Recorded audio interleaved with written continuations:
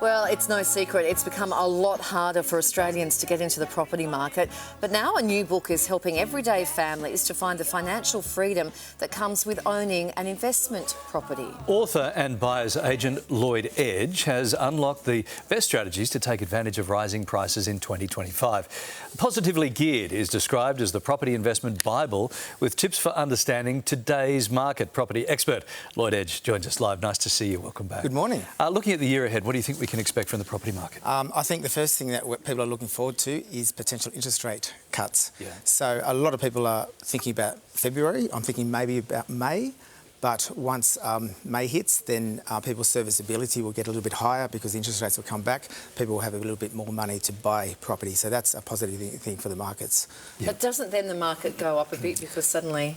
Yeah, potentially, absolutely. Yeah. So prices of homes may go up when interest rates come down? Yeah, 100%. But think of that, if you buy, especially if you're buying an investment, there's about 15,000 suburbs in Australia, so you could think of that as 15,000 different property markets, so they don't all move at the same time. Okay. So really getting into different markets that you can afford, maybe ones that haven't yet boomed, it might be a good opportunity for you. Still well and truly in this cost of living crisis, no doubt about it.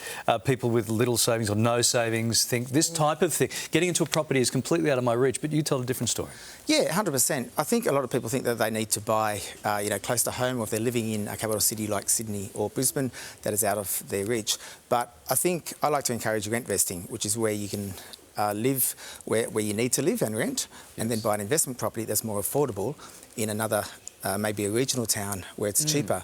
And you can get good properties there for maybe 400, 500,000. So you might have a $40,000 or $50,000 deposit that'll actually get you into those type of markets. So you're into the property market at a much cheaper And the rent returns are good in those areas generally? The rental yields are much higher than what you get in the capital city. So in terms of cash flow, it's much better, which is essentially what I talk about a lot in my book. And Positively Geared. Yeah, exactly. So what are some of the strategies people can use to secure their first investment?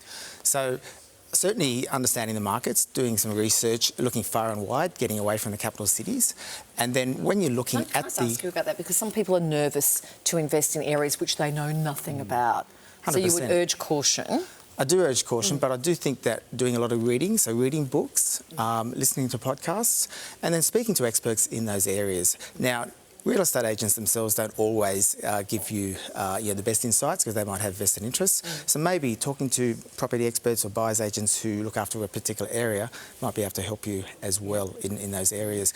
But you need to know those, the sales prices, so that when you get into a market that you're not paying too much, and look at the negotiation on a property. And some other strategies, have you got there for us? Yeah, so I think definitely having a budget in place is really important because often people don't understand where their money is going, and if you can actually put a budget planner there and try to save a lot, because when you're getting a loan from the banks these days are really looking at where all your money's going, and they'll come down on your expenses. So try to get rid of those extra Uber Eats and the extra night outs and things like that, and try to put that into savings, cut down on how much you're spending maybe 3 to 6 months before you actually go for a loan.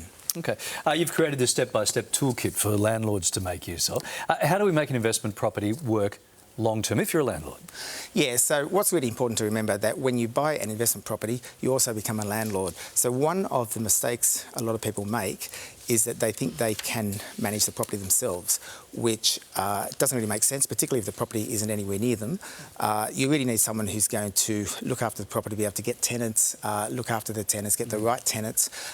They look after paying your rent and everything. The other mistake people make is they try to get the cut down on the commission that they want to pay the property manager. So you really need to pay them the right sort of commission so that you're paying a fair rate for what you're getting and everything. So they look after the place, right? Yeah, 100%. So, and they'll organise repairs and things on the property. And over the long term, looking after your tenants and looking after the property is really important. So I always like to make sure that we're keeping it up to date. So maybe painting, putting new carpets in when need be. I send my tenants a Christmas card at Christmas just to sort of thank them for being a landlord, for being a tenant. Good tenant, yeah. All really good advice, and there is more of it in Lloyd's new book, which is called Positively Geared, and the book is available right now. That's what it looks like. Thanks, Lloyd. Good on you, Lloyd. Thank you, mate. Thanks, guys. Just ahead, see you inside.